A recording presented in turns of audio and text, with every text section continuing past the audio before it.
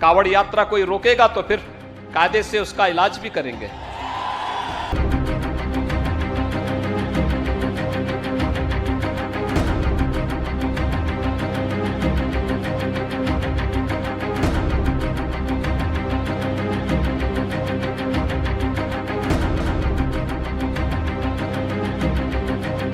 इन दिनों उत्तर प्रदेश काफ़ी चर्चाओं में बना हुआ है, जहां एक समय योगी को उत्तर प्रदेश से हटाने की चर्चाएं सुर्खियां बटोर रही थी।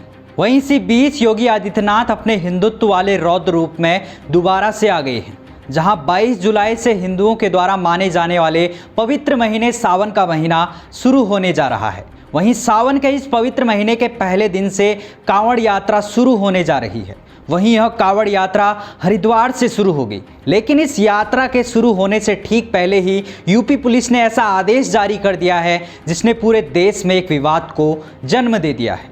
जहां योगी सरकार ने कड़ा फैसला लेते हुए एक आदेश जारी किया है, जिसके तहत कांवड़ के सभी रूट की दुकानों और ठेले वालों को अपने नाम की तख्ती अपनी दुकान के आगे लगानी है, जिससे कांवड़ यात्रियों को आसानी हो जाए कि किस दुकान से शुद्ध व शाकाहारी सामान खरीदा जा सके। वहीं हरिद्वार में भी धामी सरकार ने दुकानों के आगे अपने असली नाम लिखने के आदेश जारी कर दिए हैं। देखिए, कांवड़ की जो हमारी तैयारियां हैं, इसके संबंध में जो होटल, ढाबे हैं, रेस्टोरेंट्स हैं और साथ में जो रेडी ठेली वाले जो कांवड़ मार्ग पर लगाते हैं, उनको लेके हम लोगों के द्वारा एक जनरल इंस्ट्रक्शन दिया गया है कि वो अपनी जो शॉप्स हैं उसमें प्रोप्राइटर्स का नाम लिखेंगे और ऐसा न करने की स्थिति पर उनके खिलाफ हम लोग कानूनी कार्रवाई भी करेंगे। और क्योंकि कई बार विवाद की स्थिति इससे उत्पन्न होती है, उस चीज को हम लोगों के द्वारा। वहीं योगी सरकार ने एक ट्वीट के जरिए बताया है कि कांवड़ियों पर पुष्प वर्षा की जाए और साथ ही कांवड़ के सभी यात्रा मार्गों पर साफ सफाई के साथ ही बेहतर प्रकाश की व्यवस्था और विभिन्न सहायता शिविर लगाए जाएं।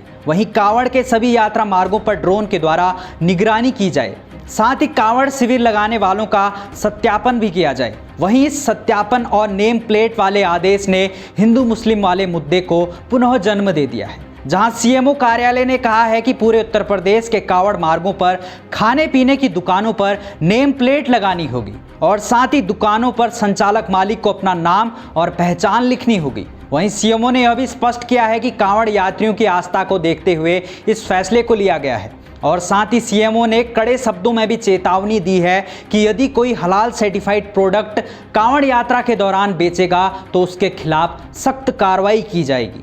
वहीं इस फैसले को लेकर अब हिंदू मुस्लिम वाली राजनीति भी शुरू हो गई है, जहां एआईएमआईएम के अध्यक्ष ओवैसी ने ऐसे आदेश को भेदभावपूर्ण करार दिया है।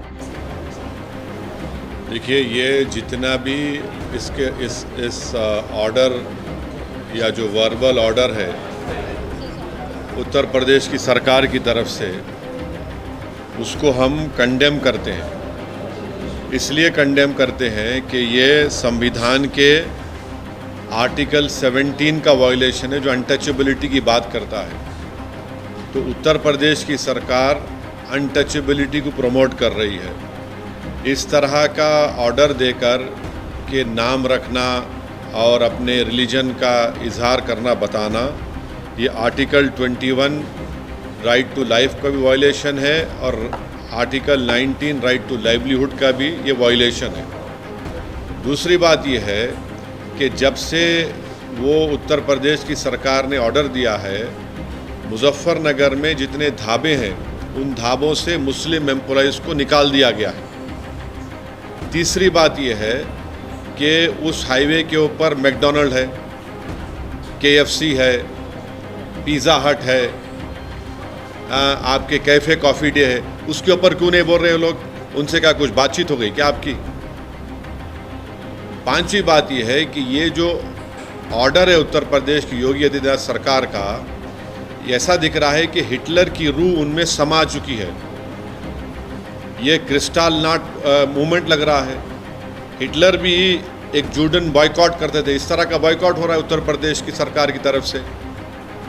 भाई, आप होते कौन है ये करने वाले?